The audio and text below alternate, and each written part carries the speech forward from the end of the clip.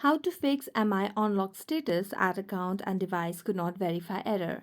Hello everyone, welcome to this channel. I'm Emily and I'm here to help you out today. So without any delay, let's get started. Now to fix this issue, first of all, what you need to do is just tap on the settings of your device.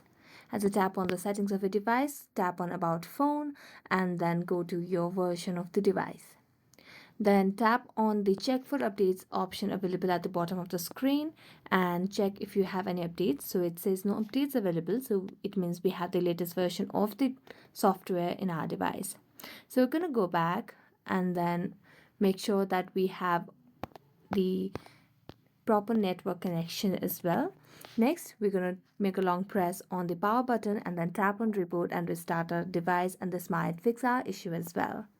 So thank you so much for watching this video. If you enjoyed watching this video, don't forget to like, subscribe and hit the bell notification for more updates. That's it for today. See you next time.